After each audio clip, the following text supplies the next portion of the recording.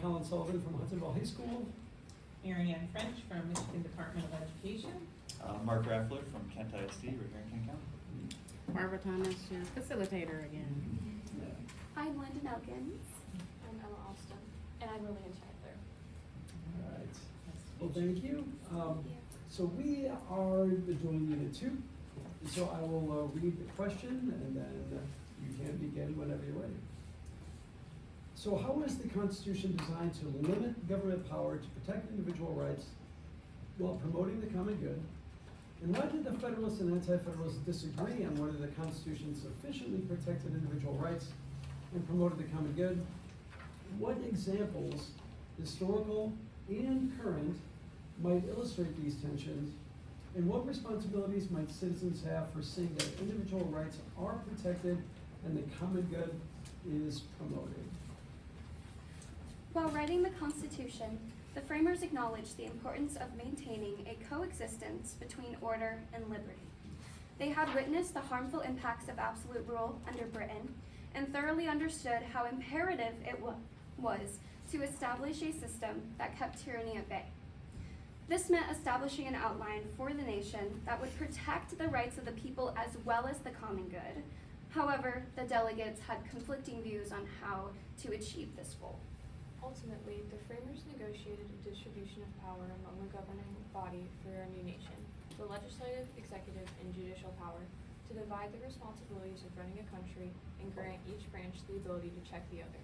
For example, a president can veto bills passed through Congress, and the courts can strike down bills that they rule as unconstitutional. This system of checks and balances keeps any one branch from becoming too powerful. Though not all the delegates believe this was enough to ensure the natural rights of the people would not be diminished. These differing opinions would cause the formation of two groups, supporters of the Constitution, the Federalists, and those who opposed it, the Anti-Federalists. The Federalists prioritized a stronger national government, believing that this would ensure the stability of the common good by avoiding conflict between states disagreeing on what is best for the people. Federalists believed that every citizen in the nation should be taken into consideration when deciding what was to be the common good, not just one specific state's population. Anti-Federalists, however, believed that the state should be responsible for deciding what natural rights belong to the people. They also believed these rights should be included in the Constitution, a document that would be difficult to change. Thus, the Bill of Rights was born, and soon after, the Constitution was ratified. Tensions brought up by the Federalists and Anti-Federalists did not disappear, though, and these differences are present in our country today. Inspecting the Second Amendment, there is a prevalent beast that looms over the American people with the cataclysmic rise of gun violence. Outrage from Americans has proposed the question of whether or not the Second Amendment is even a natural right. In 2010, the Supreme Court ruled in McDonald versus Chicago that the Second Amendment does in fact protect an individual's right to self-defense with the use of a firearm, but it is not limited to terms of regulation. However, individuals believing it is not a natural right continue to emphasize that the Second Amendment begins by mentioning a well-regulated militia, and this further poses a question on perspective in interpreting the Second Amendment. Was the application of this right intended for the people's natural right to self-defense, or the people's natural right to be defended by their country? All in all, the debate surrounding gun control should not be an argument about protecting individual rights, but whether such provisions support the common good.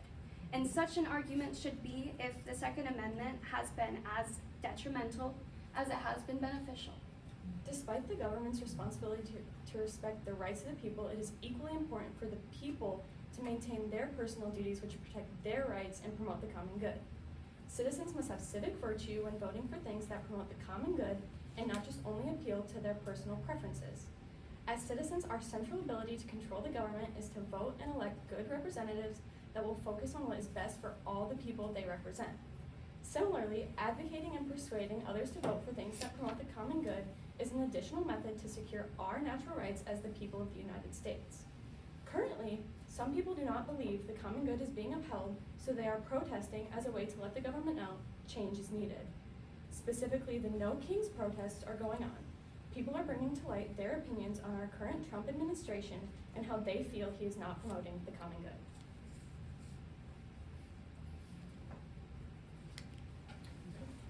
All set? All right. Well, we've got some follow-up questions here. Well, first of all, let's give you a big round of Yeah. applause for that.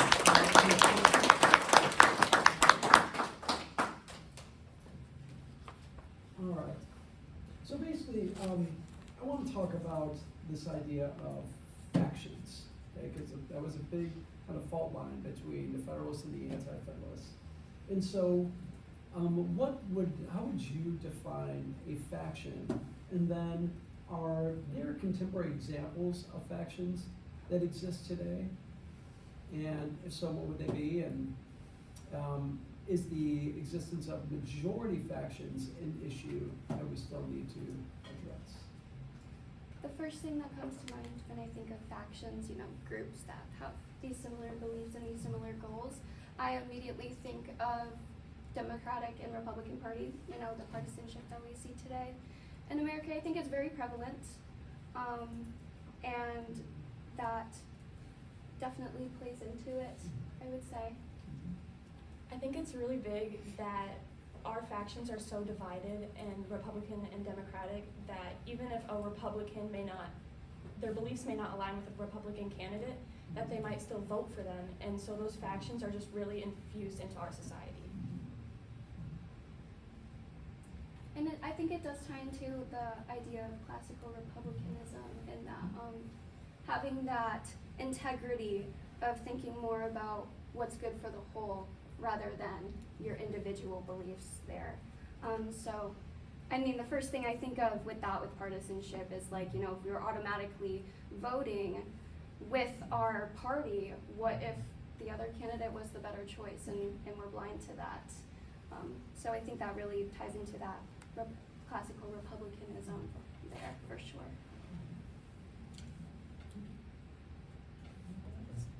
All right, I want to talk a little bit about the new technologies that are, maybe new to me, not so new to you. How might new technologies like AI and social media platforms challenge the Constitution's ability to protect our rights and promote the common good?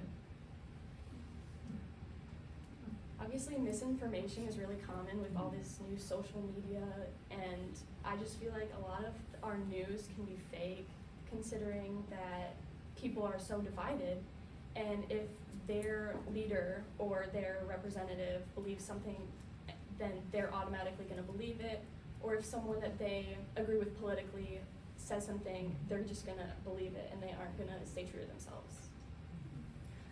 Right, and I think it not only it does those negative things too, I think it's also really positive. With social media especially, you can really gain perspective about what it's like in different localities than your own, and I think that's a very important tool to use especially when you're a voting citizen. Talking about that civic virtue, voting for other people, not just yourself, voting for the whole of the country and not just what's good for your specific desires in your specific area. You can see that in social media. People are posting, hey, this new provision is not working for me. This is affecting this and this and this and where I come from. Or people saying, this is really good for me. This is doing this for me. Or it's, improving this. It's improving wages here. It's, it gives you that perspective that we didn't originally have before. I agree. I think it can definitely sway people's opinions both negatively and positively with misinformation, but also being able to receive more information about things you might never find out about otherwise. And it can definitely help someone feel like solid in their belief of, are they voting to protect the common good, or are they just trying to protect one individual belief that they might have? Yeah, I think being able to see what your politicians, like what you voted for, what they're saying, what they believe in, it's really important when you're voting to be able to see what kind of stance they take and what they're going to do, especially with being able to see on certain social media the presidential debates or different quotes from them, seeing it from the rallies, just being able to see all these snippets of what they say and not just having to watch all of it. You can just see the snippet and you can basically just see what they're going to do. And I think social media also has a really huge play on global citizenship, not just with our own country, learning about what's going on in the world around us in other countries. For example, you know, a really, really prevalent one is Palestine going on. A lot of people back then didn't know about all this stuff going on in other countries. They didn't have that perspective. And we have that now. We are able to do that, to stand up, and I think it also really helps us as Americans promote that common good, not just for ourselves, but for everybody, and really pursue that American ideal, I think. Thank you. So maybe we could get into this idea of individual rights, and maybe you could share an example of an individual rights and how you feel about those maybe being in need of protection today. And I know you talked about the gun piece, might there be others? I know the First Amendment is being questioned at certain things. Like, I know Trump, he banned a certain, it was a whatever talk show, he banned it because it didn't align with what he was saying. They were disagreeing with what he was saying. And that just, I feel like that goes against the First Amendment, because free speech, they're allowed to say what they want, they're allowed to have their own opinions, and I feel like he was just taking it away. It's kind of on the forefront of my mind because a previous group was talking about it. But January 6th, talking about the right to revolt, you know, the right to protest, turning into more of a revolution. I think we're seeing a bit of a pressure build there in our country today. We're seeing a bit of a build up where people are starting to get tired. People are starting to get relentless.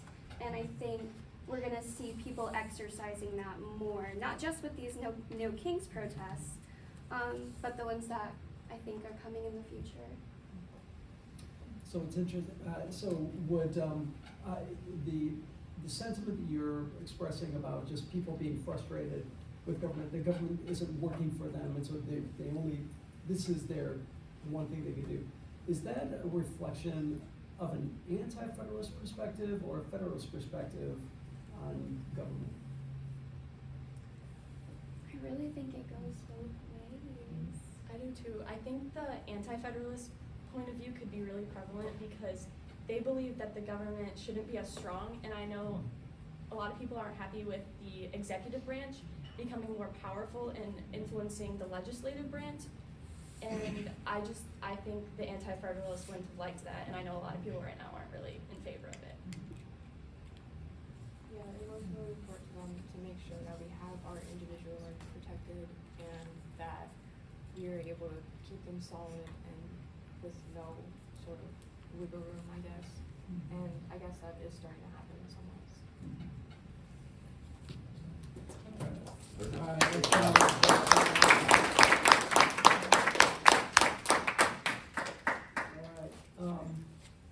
Well, again, I appreciated that your responses reflected real depth of thought. You weren't just giving canned responses, like we gave you questions that were a little outside the box, and your ability to respond in real time without canned responses that were authentic, I think are really good. Because this anti-federalist versus federalist debate, we get this impression that because the Federalists won out, that the Republic has endured since was verification they were right. But I think there's ample evidence to suggest that no, maybe the anti-federalists are kind of onto something here. And I thought, Lillian, you showed a lot of cleverness in your response to today the frustration about government reflects the anti-federalist concern for the power of the executive. I mean, what a great connection to a current event. And so that was really good. And I also appreciated Logan. Is it Logan? I don't see it. London. London, thank you. I was just trying to find your name there. I really appreciated early on about the tension with the Second Amendment, your mention of the role of interpretation of the Second Amendment, the role that plays, and that invites a really interesting question about what the Federalists and the Anti-Federalists would have thought about the role of the judiciary in promoting the common good or protecting individual rights, and should the judicial branch play an active role or a more restrained role, and which side does that reflect going forward? So I thought that was really provocative as well. And Emma, I thought you did a really good job of tying into the idea of like social media and the role that social media can play to go beyond our communities. And you mentioned also, London, the idea of being a global citizen and how important that is, right? Because I teach in Huntsville, you guys are in Coldwater, and these tend to be kind of small towns, but there's a big world outside of these towns that we are expected to be citizens, active citizens in as well. And so I thought that was really a thoughtful response. I don't know if you so good job. Nice job. I appreciated your historical evidence that you gave in the beginning. It shows great knowledge on your part. And I really, I like hearing a young person's perspective on social media, trying to understand it more in my world and coming to common ground. I think you guys did a good job. You had actually disagreed with each other on one of the parts, and you handled that very well. And it's important to show your different perspectives. And if time permits, you might explore a little bit more about, okay, social media's out there, now there's this huge AI thing. How could we, is that going to challenge our constitutional rights? Is it going to, what is the common good with AI? Or is it our individual rights to use it in education? Or can I use it to write my history paper? Or is that not, is that crossing the boundaries? So if I had any advice, you might explore that route a little bit more too. Okay. Great, yeah, and I think hitting on the evidence and other pieces, and I think I shared this before, with this group, obviously the other unit, just the idea of working those transitions in, just being more clear and concise on where you're agreeing or showing the counter side, both very important. So do continue to incorporate both of those, and I would just say continue to, now that you've had a chance to go through this and get some follow-up questions, work out and develop those answers. Now that you've had some ins and outs and ideas and some things to ponder on, continue to develop around that, provide the evidence with that, and